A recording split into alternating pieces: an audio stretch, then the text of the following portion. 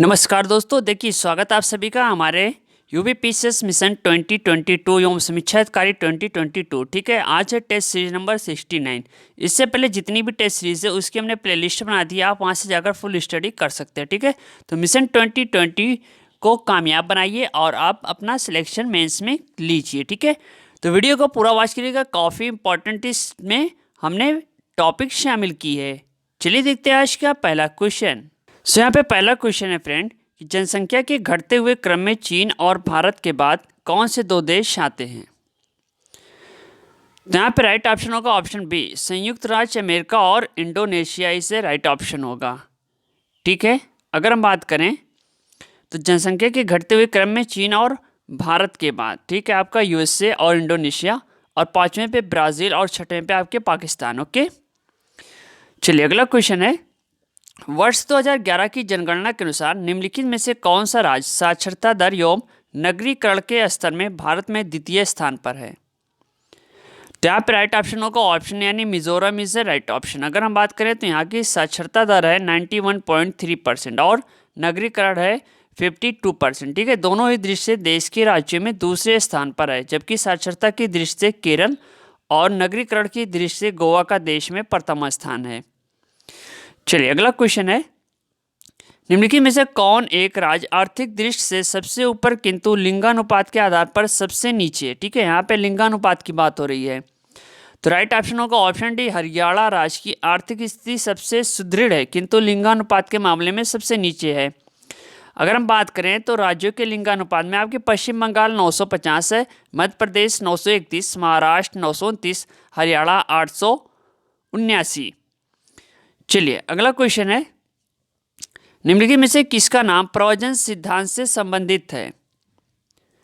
तो यहाँ पे राइट ऑप्शन होगा ऑप्शन सी, ली का नाम प्रवचन सिद्धांत से संबंधित है। इनके अतिरिक्त बीजर, जैनसन, पीटरसन आदि प्रवचन सिद्धांत से संबंधित हैं। ओके, चलिए सो नेक्स्ट क्वेश्चन है, यहाँ पे सूची 1 तथा सूची 2 को सुमेलित कीजिए। तो यहाँ पे राइट ऑप्शन होगा ऑप्शन डी। देखिए, देवपाड़ा अभिलेख, बंगाल शासक विजय सेन। ठीक है, ग्वालियर अभिलेख की बात हो रही है तो प्रतिहार नरेश भोज। ठीक है, प्रयाग स्तंभ लेख की बात हो रही है तो समुद्रगुप्त, साथ में हाथी कुंभा अभिलेख तो खारवेल। इस तरह से इसका सुमेलन किया जाएगा। चलिए सो नेक्स्ट क्वेश्चन है, यहाँ पे निम्नलिखित कथनों पर विचार कीजिए तथा कोड की सहायता से सही विकल्प का चयन कीजिए। देखिए, पहला कह रहा है कि 7 वाहनों ने शीशे के सिक्के जारी किए थे। ठीक है, दूसरा कह रहा है कि गुप्त शासकों ने सर्वाधिक सोने के सिक्के जारी किए थे। तीसरा कि सर्वप्रथम लेख वाले स्वर्ण सिक्के कुशाणों ने जारी किए थे। तो इस हिसाब से इसका राइट ऑप्शन होगा ऑप्शन बी, केवल पहला और दूसरा। ठीक है, 7 वाहनों ने शीशे के सिक्के जारी किए थे तथा गुप्त शासकों ने सर्वाधिक सोने के सिक्के जारी किए थे। ओके, सर्वप्रथम लेख वाले स्वर्ण सिक्के हिंद यूनानी शासकों ने जारी किए थे, यहाँ पे कुशाण नहीं होगा। ठीक, चलिए अगला क्वेश्चन है, निम्नलिखित कथनों पर विचार कीजिए तथा कूटों की सहायता से सही विकल्प का चयन कीजिए। देखिए, पहला कि महाभारत का प्रारंभिक उल्लेख अश्वलायन ग्रह सूत्र में प्राप्त होता है।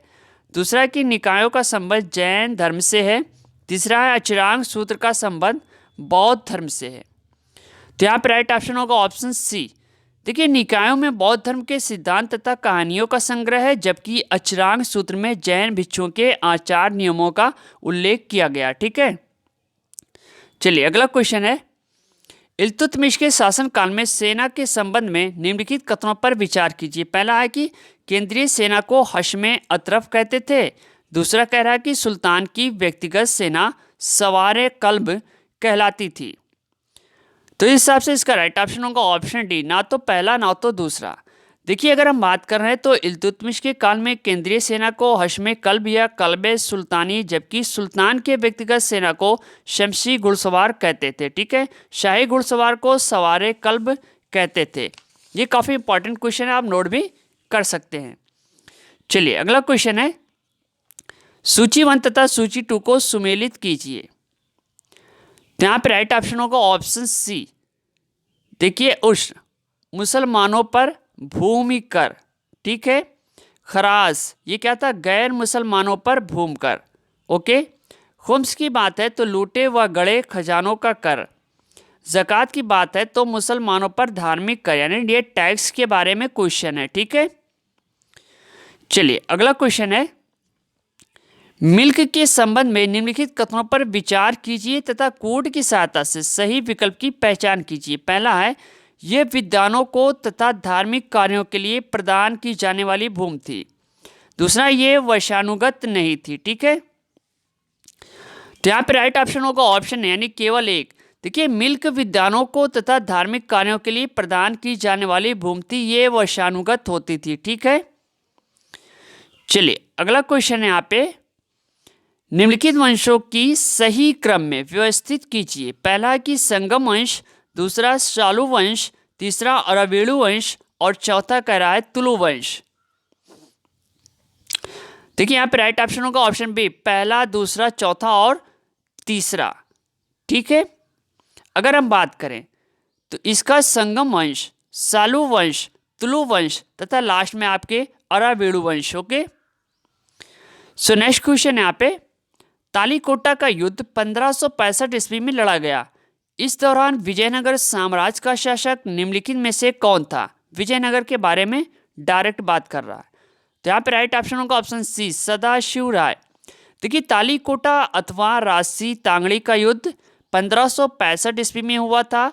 ये युद्ध विजयनगर साम्राज्य के शासक सदाशिव राय तथा अहमदनगर, बीजापुर, गोलकुंडा, बीदर की संयुक्त सेनाओं के मध्य हुआ था। इस युद्ध में विजयनगर साम्राज्य को पराजय मिली थी। ठीक है, चलिए सो नेक्स्ट क्वेश्चन है, निम्नलिखित में से कौन चिश्ती संप्रदाय से संबंधित संत नहीं था? तो यहाँ पे राइट ऑप्शन होगा ऑप्शन सी, हमीदुद्दीन नागौरी। हमीदुद्दीन नागौरी सुहारवर्दी संप्रदाय के एक तो संत थे। इस संप्रदाय के संस्थापक थे शिहाबुद्दीन सुहारवर्दी थे, जबकि भारत में इसे लोकप्रिय बनाने का श्रेय बाहुद्दीन जकरिया तथा जलालुद्दीन तबरीजी को है। ठीक है, चलिए सो नेक्स्ट क्वेश्चन है, निम्न का सुमेलन कीजिए। यहाँ पे है संप्रदाय, सूची 2 में संस्थापक, तो यहाँ पे राइट ऑप्शन होगा ऑप्शन बी। देखिए, स्मृति संप्रदाय शंकराचार्य, ठीक है, श्री संप्रदाय आपके रामानुज, ब्रह्म संप्रदाय ये आपके माधवाचार्य, सनक संप्रदाय निम्बार्क। ठीक है, इस तरह से इसका सुमेलन होगा। चलिए अगला क्वेश्चन है, निम्नलिखित में असत्य कथन की पहचान कीजिए। तो यहाँ पे है आपका ऑप्शन बी, सिखों हेतु अलग विवाह पद्धति लवन की शुरुआत गुरु गोविंद ने किया। देखिए, इसकी शुरुआत गुरु अमरदास ने किया था। ठीक है, लवन पद्धति की शुरुआत गुरु गोविंद ने नहीं, गुरु अमरदास ने किया था। ठीक है, चलिए अगला क्वेश्चन है आपका, निम्नलिखित मराठा पेशवाओं को सही क्रम में व्यवस्थित कीजिए। पहला है कि बाजीराव प्रथम, दूसरा बालाजी विश्वनाथ, तीसरा माधवराव प्रथम, चौथा है माधवराव नारायण। तो यहाँ पर राइट ऑप्शन होगा ऑप्शन सी। ठीक है, मराठा पेशवाओं का जो क्रम है वो बालाजी विश्वनाथ, बाजीराव प्रथम, बालाजी बाजीराव, माधवराव प्रथम, फिर माधवराव नारायण तथा बाजीराव द्वितीय का स्थान आता है। चलिए अगला क्वेश्चन है, निम्नलिखित में से किस पेशवा के काल में पेशवा के पद को वंशानुगत बना दिया गया?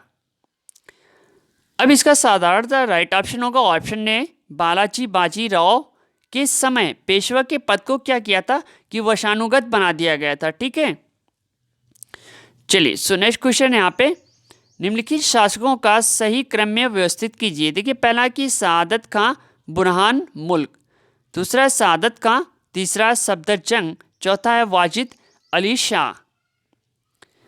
तो इसका राइट ऑप्शन होगा ऑप्शन डी, पहला, तीसरा, दूसरा और चौथा।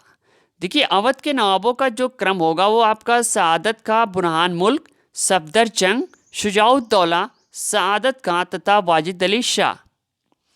चलिए अगला क्वेश्चन है, मिर्जा राजा जयसिंह ने निम्नलिखित में से किस स्थान पर वेधशालाओं को स्थापित करवाया था?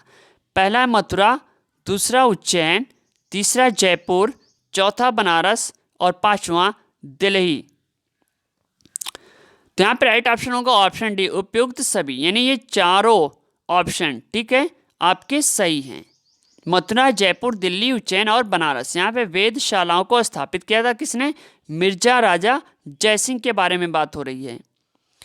चलिए अगला क्वेश्चन है, सूची 1 तथा सूची 2 को सुमेलित कीजिए। देखिए यहाँ पे है अधिनियम और यहाँ पे वर्ष का नाम दिया हुआ है।